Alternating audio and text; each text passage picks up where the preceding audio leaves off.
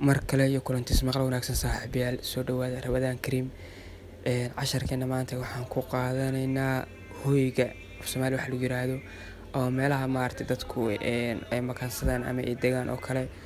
qofku maartay habeenka kale ku hoyda ama maartay noloshiisa ku bees gareysan oo badanaa waxa weeye joogitaankiisa sal oo ah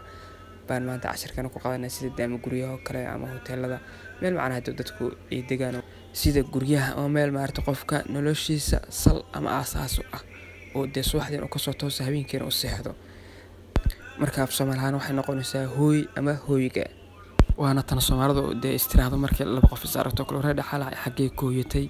ama halkee baad ku hoyataa marka waxay ka dhigantaa macnaha xagee baad degantaa kale ka dhigantaa marka meelaha dadka ay degaan si guud markaan waxa weeyaan u soo hadal koobno markaan ku socono saaxiibayaal casharkeena Greek marka wuxuu u yaqaanaan katafigia shelters hoyga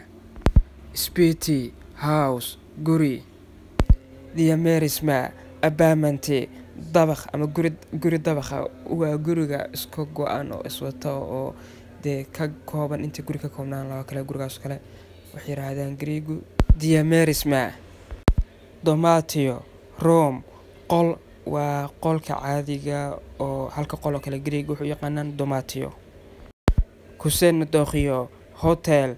Soomaaliland hotel aan bir ku noqonaysa hotelada caadiga ah la kiristo Greek wuxuu yaqaanaan kusen doqiyo cataflismo camp waa kaamka caadiga oo garanaysaan oo jasiiradaha ku yaal ama maartay Atlantis hareerada ku yaal qaxootiga lagu talagalay Greek wuxuu yaqaanaan cataflismo container Soomaaliland wuxuu noqonayaa isna container buu noqonayaa oo containerka caadiga oo halkan Yurubtan markii la soo gaaro dadku waxay ka dhigtaan hooyba ka dhigtaan badan qaxootiga u sameeyay Greek laakiin xageeni waxa lagu arki jiray badan meelaha takadaha leh asoo ama maciishada ama maartay waxyaabaha badeecada lagu keeno marka saaxiibayaal maanta casharkan intaas uu ku egyahay waana Xaaji Yuusufa waxaan ilaahay mar guusha ka rajayn dhiganina saaxiibayaal like subscribe inuu ku saacida aad baa mahadsantiin waxaan kaga tagay salaam calaykum waraxmatullaahi ta'ala wabarakaatuh